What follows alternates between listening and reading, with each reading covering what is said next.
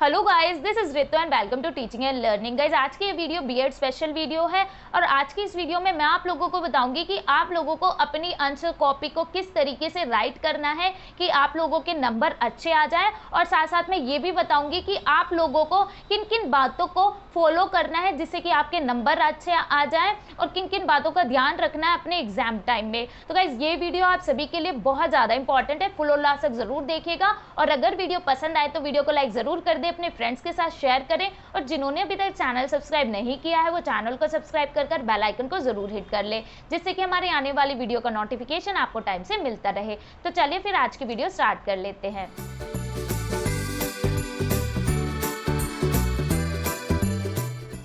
Guys, BEd में अगर हमें अच्छे नंबर चाहिए तो हमें दो तीन बातों का बहुत ज़्यादा ध्यान रखना है। पहला कि हमारा टाइम मैनेजमेंट बहुत अच्छा होना चाहिए। दूसरा, क्वेश्चन पेपर अटेम्प्ट करना हमें अच्छे से आना चाहिए। तीसरा, आंसर को लिखना बहुत अच्छे तरीके से आना चाहिए। ठीक है, और इसके अलावा और भी कुछ बातें हैं, उनके बारे में भी यहाँ पर मैं बात करूँगी। तो टाइम मैनेजमेंट कैसे करना है, क्वेश्चन पेपर कैसे अटेम्प्ट करना है, इनके बारे में हम कल बात कर चुके हैं। उस वीडियो का लिंक डिस्क्रिप्शन बॉक्स में दिया हुआ है, साथ ही वो वीडियो आई बटन पर भी रिफ्लेक्ट करेगी। तो जिन स्टूडेंट ने अभी तक वो वीडियो नहीं देखी है वो उस वीडियो को जरूर देखें, बहुत ज़्यादा हेल्पफुल है। अब गाइज, हम आगे आज बात कर लेते हैं। पहले बात करते हैं कि एग्जाम में हमें आंसर को किस तरीके से लिखना चाहिए कि हमारे अच्छे नंबर आ जाए। तो देखिए, सबसे पहली बात है कि आप लोगों की राइटिंग बहुत अच्छी होनी चाहिए। गाइज, राइटिंग का बहुत ज़्यादा अच्छा इम्पैक्ट होता है एग्जामिनर पर। अगर आपकी राइटिंग अच्छी नहीं है और आपके पास नॉलेज बहुत है तब भी आप लोगों को नंबर अच्छे नहीं मिलते हैं। इसका जीता जागता सबूत मैं हूँ। मेरी राइटिंग बहुत गंदी है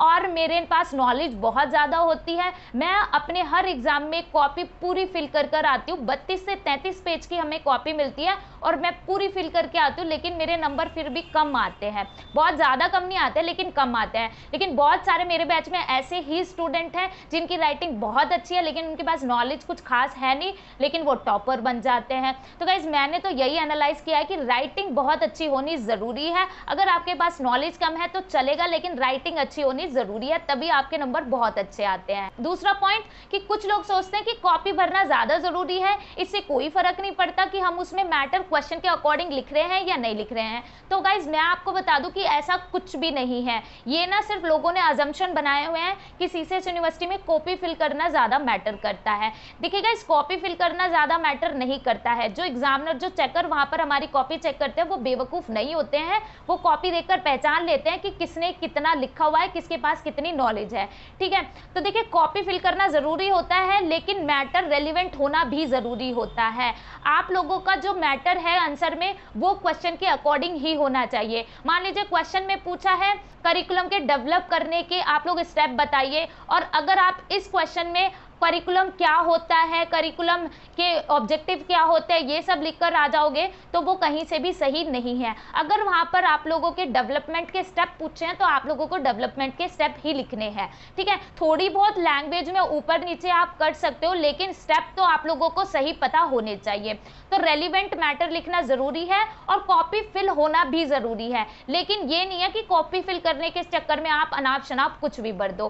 कॉपी कैसे फिल करनी है वो मैं आप लोगों को बता देती हूँ। गाइज, वेरी शॉर्ट क्वेश्चन का तो आपको पता ही है कि उसमें हमें क्या फिल करना है, कैसे फिल करना है। हम यहाँ पर लॉन्ग और शॉर्ट क्वेश्चन के बारे में बात कर लेते हैं कि एक क्वेश्चन पे कितने पेज फिल होने चाहिए। देखिए, अगर शॉर्ट क्वेश्चन की बात करें तो एक क्वेश्चन में आप लोगों के कम से कम ये वाला पेज और इसके पीछे का भी एक पेज फिल होना चाहिए। लेकिन देखिए, कुछ लोग बोलते हैं कि बस 2 पेज फिल कर दो तो इनफ होता है, लेकिन मुझे नहीं लगता इनफ होता है। एटलीस्ट 3 पेज आप लोगों को फिल कर ले चाहिए। और ये 3 पेज भी ना बड़ी इजीली फिल हो जाते हैं।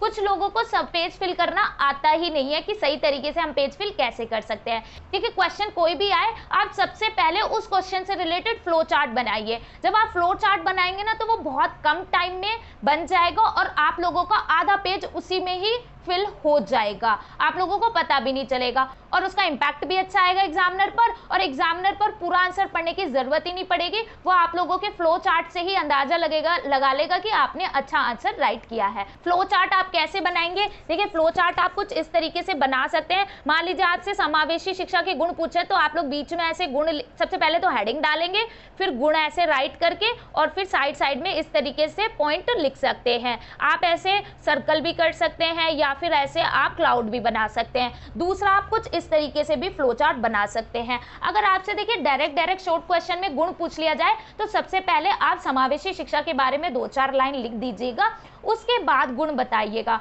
गुण की हेडिंग डालकर फिर आप पहले फ्लो चार्ट बना लेना, हाफ पेज फ्लो चार्ट से भर जाएगा, फिर बाकी आप लोग 2-2, 4-4 लाइनों में हर एक पॉइंट को ओपन कर देना। ठीक है, आप लोगों के पॉइंट वगैरह जो भी कुछ हो उन्हें हाईलाइट करना, जैसे आप कोई पॉइंट लिख रहे हो, परिभाषा लिख रहे हो या कोई ऐसी लाइन लिख रहे हैं जो आप लोगों को दिखानी है कि एग्जामिनर इसको देखे, एग्जामिनर इसको पढ़े, तो उसको हाईलाइट करना, उसको इन्वर्टेड कोमास में लिखना, उसको अलग पेन से लिखना। ठीक है, इस तरीके से आप लोगों को नंबर अच्छे मिल जाएंगे। अब अगर हम लॉन्ग क्वेश्चन की बात कर ले तो लॉन्ग क्वेश्चन में आप लोगों को कम से कम 6 से 7 पेज जरूर फिल करने हैं। ठीक है, जैसे अभी शॉर्ट क्वेश्चन में 3 पेज बताए हैं, इसी तरीके से 6 से 7 पेज जरूर फिल कीजिएगा। अब ये 6-7 पेज आप कैसे फिल कर सकते हैं? देखिए, सबसे पहले लॉन्ग क्वेश्चन में हर क्वेश्चन में हमें अर्थ लिखना होता है, तो सटीक शब्दों में और सही शब्दों में आप अर्थ लिखिएगा, उसमें आधा पेज फिल हो जाएगा।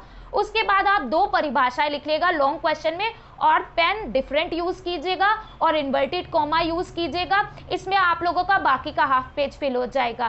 ठीक है, उसके बाद आप लोग अपना क्वेश्चन जो आपसे पूछा गया उसका आंसर लिखना शुरू करेंगे। जैसे अगर गुण और दोष समावेशी शिक्षा के ही पूछे हैं तो आप लोग मोटी मोटी बीच में हेडिंग डालना समावेशी शिक्षा के गुण, उसके बाद आप लोग फ्लो चार्ट बनाना, और उसके बाद जो भी पॉइंट आप लोगों ने फ्लो चार्ट में लिखे हैं उनको फटाफट से 4-4, 5-5 लाइन में डिस्क्राइब करते हुए लिख देना। फिर आप समावेशी शिक्षा के दोष लिखना, फिर दोष ऊपर हेडिंग डालने के बाद फिर फ्लो चार्ट बनाना, उसके बाद फिर 4-4, 5-5 लाइन में हर आप अपनी हेडिंग को डिस्क्राइब कर देना। एंड देन गाइज और कुछ पूछा है तो वो भी डाल दीजिएगा ऐसे ही फ्लो चार्ट बनाते हुए, और लास्ट में आप लोग कंक्लूजन जरूर लिखिएगा, चाहे वो आप 4 से 5 लाइन का लिखे लेकिन जरूर लिखिएगा। उससे ना आपका आंसर अट्रैक्टिव लगता है और एग्जामिनर पर उसका इम्पैक्ट भी अच्छा पड़ता है। और सबसे इंपॉर्टेंट बात यही है, चाहे आप शॉर्ट क्वेश्चन लिखें या लॉन्ग क्वेश्चन लिखें, फ्लो चार्ट जरूर बनाइएगा, इससे आप लोगों के पेजेस भी फिल हो जाते हैं, आंसर भी अट्रैक्टिव लगता है और एग्जामिनर पर उसका इम्पैक्ट भी अच्छा चला जाता है और आप लोगों को लिखना भी कम पड़ता है।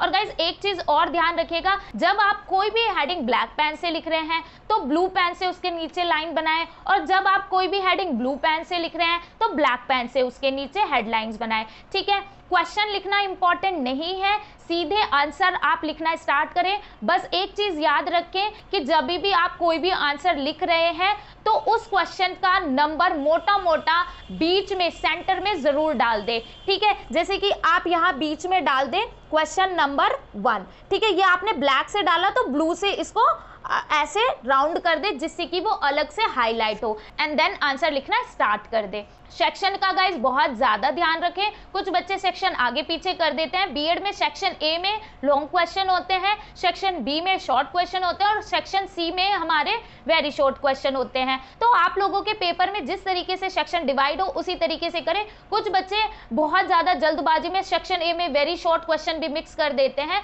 तो सेक्शन का आप लोग बहुत ज्यादा ध्यान रखें। आप लोगों की आंसर जो शीट है वो 32 से 33 पेज की आएगी। दूसरी आप लोगों को आंसर शीट नहीं मिलती है, एक ही आंसर शीट मिलती है और उसी में आप लोगों को अपना पूरा पेपर कंप्लीट करना होता है। गाइज ये एक आंसर शीट आप लोगों के लिए सफिशिएंट होती है, इससे ज्यादा आप लोगों को जरूरत भी नहीं पड़ती है। इससे ज्यादा उन बच्चों को जरूरत पड़ती है जो कि अनाप शनाप तरीके की बातें अपने आंसर में लिखते हैं।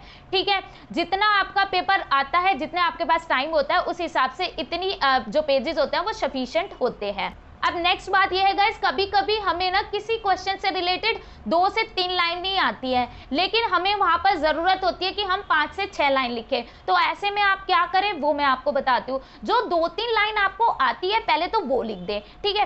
बाद में क्या करें, उन 2-3 लाइनों को शब्दों को बदलकर फिर से रिपीट कर दे, तो आप लोगों की लाइन भी कंप्लीट हो जाएगी और आप लोगों का आंसर भी गलत नहीं होगा। ठीक है, तो हम तो कुछ ऐसे ही लिखते थे, बाकी आप लोग देख लीजिएगा कि आपको क्या आइडिया निकालना है इससे रिलेटेड। नेक्स्ट पॉइंट ये है कि कहीं भी अपनी कॉपी में स्पेस मत छोड़कर आइएगा। कुछ बच्चे ऐसे होते हैं कि लॉन्ग क्वेश्चन कर रहे हैं, उसके बाद उन्हें ना याद नहीं आ रहा है कि उन्हें क्या लिखना है, तो वो एक पूरा पेज छोड़ देते हैं और फिर नेक्स्ट क्वेश्चन करना स्टार्ट कर देते हैं। तो गाइस ऐसे एक पूरा पेज बिल्कुल मत छोड़िएगा। अगर आपने इस पेज को फिल नहीं किया ना बाद में, तो आप लोगों की मार्किंग नेगेटिव होती है, क्योंकि ऐसे एक पेज पूरा छुटा हुआ एग्जामिनर देखेगा तो उस पर आप लोगों का इंपैक्ट अच्छा नहीं जाता है। तो आप लोग कोशिश कीजिएगा कि जो पेज आप छोड़े उसको एट द एंड फिल जरूर कर दे, चाहे कैसे भी फिल करें। ठीक है, या तो आप ट्राई करना कि आप एक पूरा पेज छोड़े ही ना, 2-4 लाइन छोड़े, वो बात अलग है। क्वेश्चन पेपर पूरा अटेम्प्ट कीजिएगा। कोई क्वेश्चन अगर नहीं आ रहा है तो लास्ट के लिए छोड़ दीजिएगा और लास्ट में जो 5 मिनट 10 मिनट आपके पास बचती है उसमें उसे कर दीजिएगा जैसे तैसे करके, कैसे भी, चाहे गलत चाहे सही कैसे भी, लेकिन क्वेश्चन पेपर बिल्कुल छोड़ के नहीं आना है। सारे क्वेश्चन अटेम्प्ट करने हैं, एक भी मिस नहीं करना है। अब गाइज यहाँ पर मुझे जो जो इंपॉर्टेंट लगा मैंने सब आपको समझा दिया है। अब आप लोगों के 2 क्वेश्चन है उनके बारे में बात कर लेते हैं। तो देखिए, किसी ने पूछा है कि बीएड सेकेंड ईयर के जो एडमिट कार्ड है वो कॉलेज से लेकर आने हैं या फिर ऑनलाइन डाउनलोड होंगे। तो गाइज एडमिट कार्ड आप लोगों के ऑनलाइन ही डाउनलोड होंगे, आप लोगों को कॉलेज से जाकर नहीं लेने हैं। लेकिन एक चीज ये इंपॉर्टेंट है कि कुछ एग्जामिनेशन सेंटर पर आप लोगों के एडमिट कार्ड पर प्रिंसिपल और आप लोगों के कॉलेज की स्टैंप को मांगते हैं। वो कहते हैं कि आप लोगों के एडमिट कार्ड पर कॉलेज की प्रिंसिपल के साइन और स्टैंप होने चाहिए, तो वो कभी कभी टोक देते हैं। तो आप लोग देख लीजिएगा, अगर आप साइन और स्टैंप करा सकते हैं अपने एडमिट कार्ड पर तो करा ले। ठीक है, अब एक बहुत इंपॉर्टेंट क्वेश्चन है, ये किसी ने मेरे से पूछा था, काफी बच्चों ने पूछा हुआ है कि बीएड सेकेंड ईयर के एग्जाम अगर हमने इस साल नहीं दिए तो नेक्स्ट ईयर से हमें बीएड फर्स्ट ईयर वापस से स्टार्ट करनी पड़ेगी या फिर हम सेकेंड ईयर से ही स्टार्ट कर सकते हैं। तो गाइज आप लोग सेकेंड ईयर से ही स्टार्ट कर सकते हैं। ऐसे में आप लोग एक्स स्टूडेंट के तौर पर अपने exam next year second year के ही देंगे। आप लोग 1 साल का गैप बीच में कर सकते हैं, आप लोगों को फिर से फर्स्ट ईयर से स्टार्ट करने की जरूरत नहीं पड़ेगी। तो गाइज इस वीडियो में मैंने आप लोगों के सारे क्वेश्चन के आंसर भी कर दिए हैं और साथ साथ में जो भी इंपॉर्टेंट टिप्स मुझे आप लोगों के एग्जाम के लिए जरूरी लगी वो भी शेयर कर दी है। आई होप आप लोगों को पसंद आई होगी और वीडियो हेल्पफुल लगी होगी। तो गाइज यहाँ पर अगर आप लोगों का कोई भी डाउट है इन सबसे रिलेटेड तो मुझे कमेंट सेक्शन में कमेंट कर पूछ लीजिएगा। बाकी अब आज की वीडियो हम यहीं एंड करते हैं, मिलते हैं नेक्स्ट वीडियो में नई अपडेट के साथ। तब तक के लिए बाय एंड टेक केयर।